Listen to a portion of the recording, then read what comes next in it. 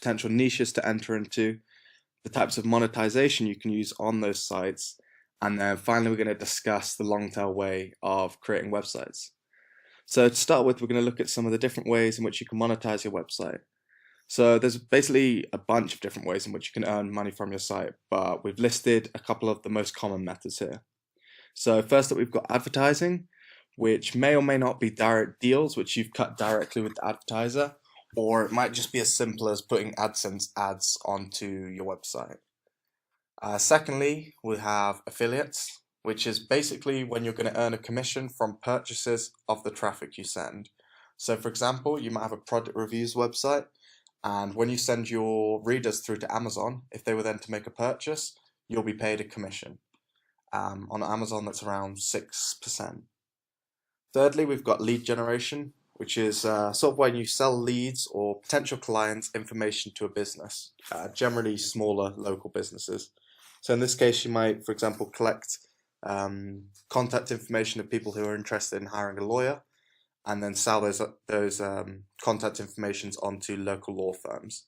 So within lead generation, you have things like email opt-ins, but you also have options like pay-per-call, which is where you're going to be paid a fee for the length of the call which you're sending to direct businesses. Fourthly, we have e-commerce and dropshipping, which is generally where you're going to be selling physical products online.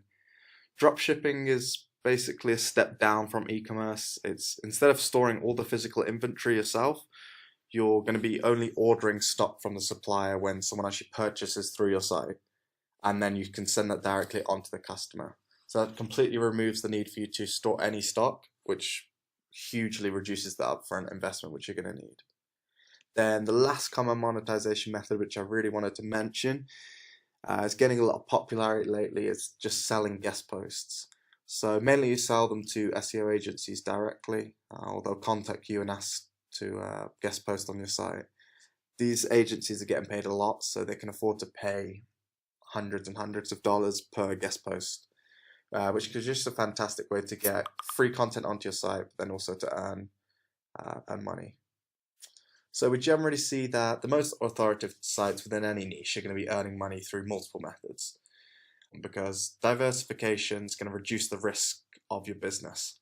It's not impossible that your affiliate network will suddenly cut you off or shut down or change their offers.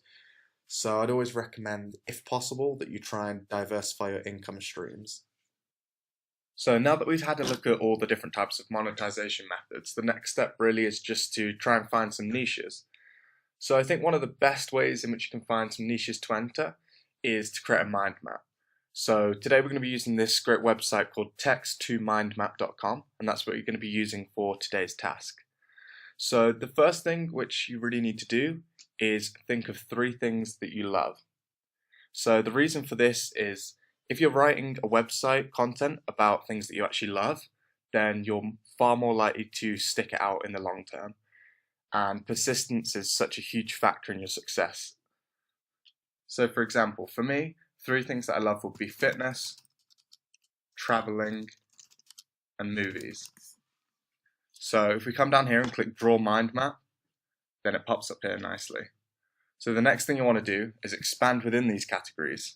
So for example, within fitness, we could have going to the gym, we could have running, and then even within these you could have subcategories. So within the gym you have different types of equipment. For example, treadmills or rowing machines. And then you're also going to have, within the gym, you're going to have some sort of clothing. So you might have weightlifting gloves or weightlifting belts. And then within running, you might want to learn how to run better. You might want to know how to run for longer. You might be interested in running shoes. And within running shoes, we're going to have different types again. So you're going to have outdoor running shoes. We're going to have track spikes.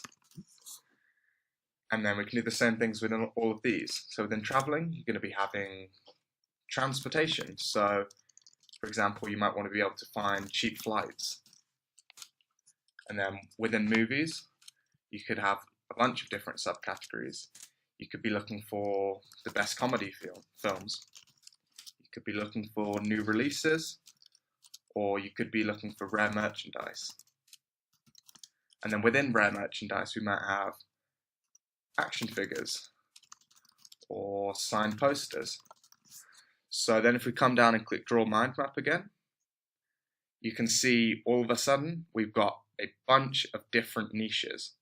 So you might choose that you want to create a website about the gym, and within the gym you could talk about the equipment, and within equipment you could talk about rowing machines and treadmills.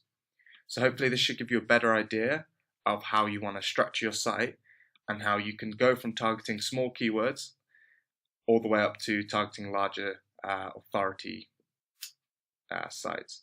So currently most people just create a small niche site around, for example, rowing machines. Instead of that, I would recommend that you create a site around the gym and then purely focus on rowing machines until that ranks, and then move on to another keyword. So now that we've done that, the next thing I'd like you to do is think about 3 things that you hate. And the reason for this is that if you really hate something, there's a good chance that you're going to be willing to pay vast amounts of money in order to solve that problem. So for example, for me, 3 things that I hate are my neighbour's kid practicing his trumpet every single day in the morning. I also hate tangled headphone wires, and I hate being cold. So again, if we click draw mind map and then go into each of these, so we're going to try and think up some solutions to our problems. So for example, my neighbour's kid practicing his trumpet is a problem for me. One solution could be I could talk to my neighbour, ask his kid to practice at better times. I could also buy soundproof glass, which is going to be able to stop me hearing him. And then if we go within this, tangled headphone wires, one example might be I could get wireless headphones. And then within wireless headphones, we have all different kinds of headphones. We could have noise cancelling headphones, which is going to solve not only this problem, but also the tangled headphone wires problem. So that should be able to set you off thinking about how you can use one keyword to target multiple different audiences. Then within being cold, I might choose to move to a hot country. I could choose to buy warmer clothes. I could choose to find ways to warm your house up. And then within each of these, we're going to have another subcategory. So moving to a hot country, you might want to know what countries are warm in March. You might want to know what's the cheapest way to warm your home up. And then again, if we go back and draw the mind map, all of a sudden we can see that we have a bunch of different solutions. And you could very easily create niche sites about some of these greater problems and target the keywords down on the ends. So for example, one problem could be noise. That's a serious problem which almost everyone faces. And if you can provide valid solutions to that, then people are going to be willing to pay money. So one thing which you could do after you've created your mind map is come to Amazon.com. And this is a really great way to find out if there's going to be any physical products which you could promote as an affiliate. So for example, let's say that I was interested in a home and kitchen type website. I could come to the shop by department section here, come to the home garden tools, and then go into kitchen and dining. Then the next thing you want to do is look on the left bar here. If you come down a little while, you can see there's a pricing section. So what you want to do is set a minimum price. So the reason for this is because if you're promoting products which are too cheap, the affiliate commission is going to be so low that it's not really going to be worth your time in creating a website around that. So if we set a filter for about $70 as a minimum and then press go, Amazon's going to return a huge list of products which are over the $70 minimum and also within our kitchen and dining niche. So another thing I like to do is also set a 4-star and up minimum. And the reason for this is because I want to be promoting the absolute best products to my customers, because it's going to increase the chance of them converting. So now if we have a little look, we have pressure cookers, we have blenders, coffee makers, vacuum sealing systems. And if we take a look at the reviews here, we can see that all of these have over 2,000 reviews. And this is really kind of where you want to be. I wouldn't really want to promote anything which was less than 1,000 reviews. And the reason for that is that if something has over 1,000 reviews, that's a really great indication that it's selling large numbers, which is what you want to be promoting. You want to be promoting products which are selling. So, for example, this is probably not the best option. A 4-piece chef pan only has 212 reviews, and it's probably not the kind of thing which people buy as compared to pressure cookers. Pressure cookers are pretty common, as are juicers. So you might decide, oh, you're gonna create a site on juicing. So you have this juicer here, you also have the NutriBullet here. So what you might want to do next is go into them and have a little look at the sort of the information. So I already know a bit about these, and I know that the NutriBullet is going to be more for making on-the-go smoothies. Whereas if you're having a juicer like this, it's a juice extractor, it's way too big to be really doing anything less than a whole jug worth of juice.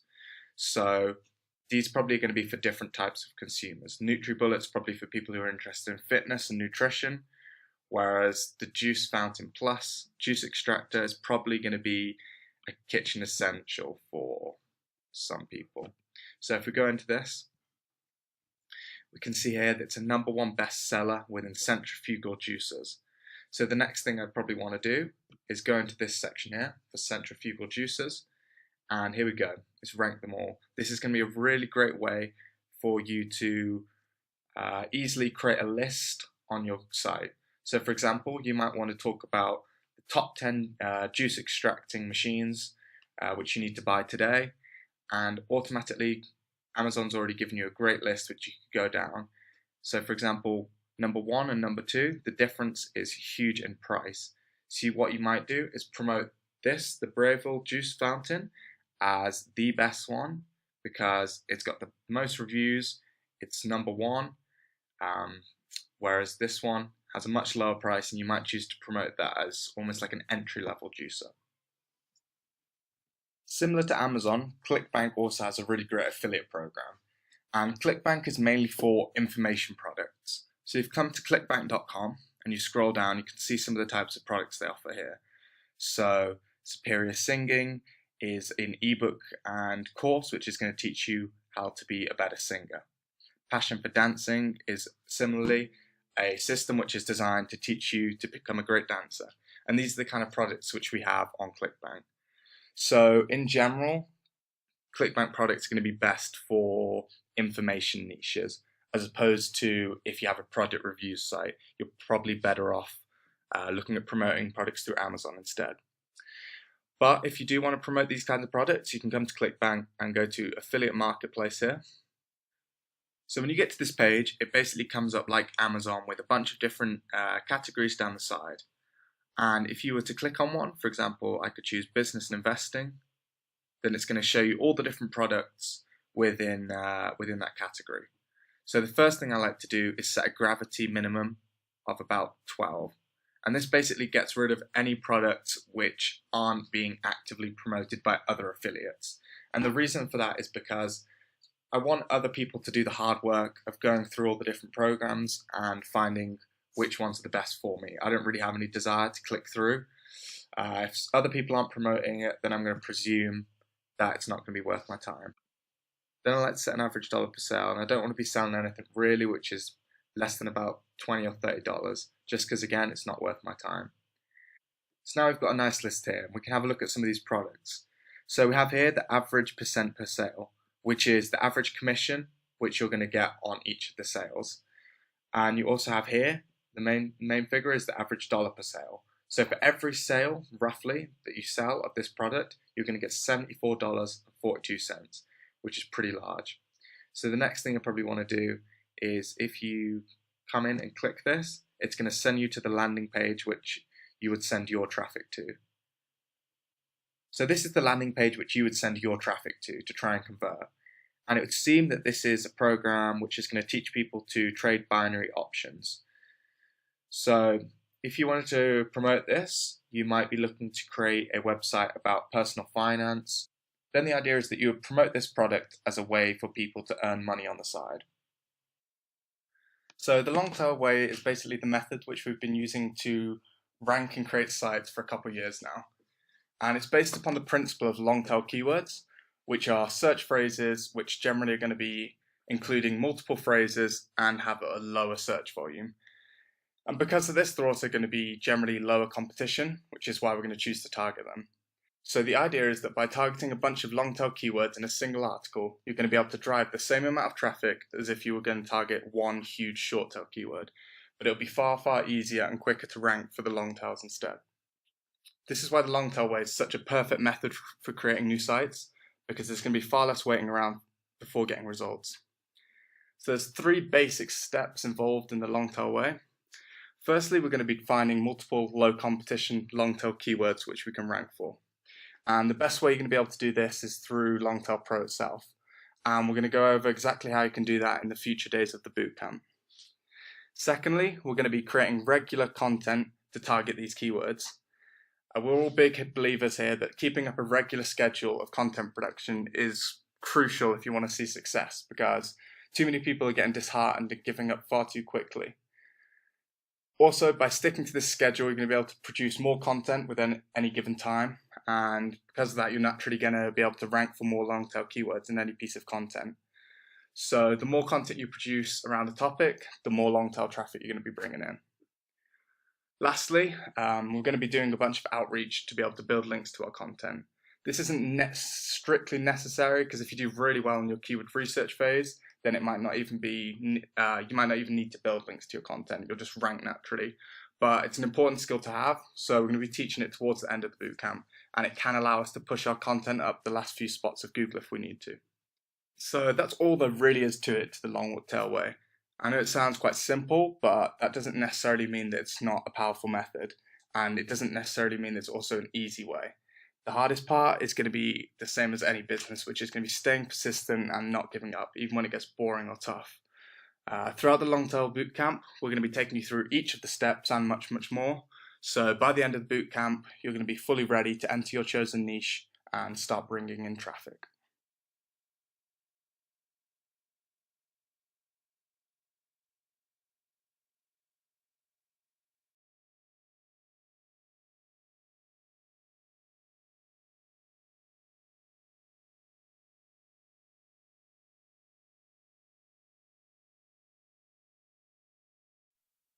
Hi guys, welcome to the second day of Longtail Bootcamp.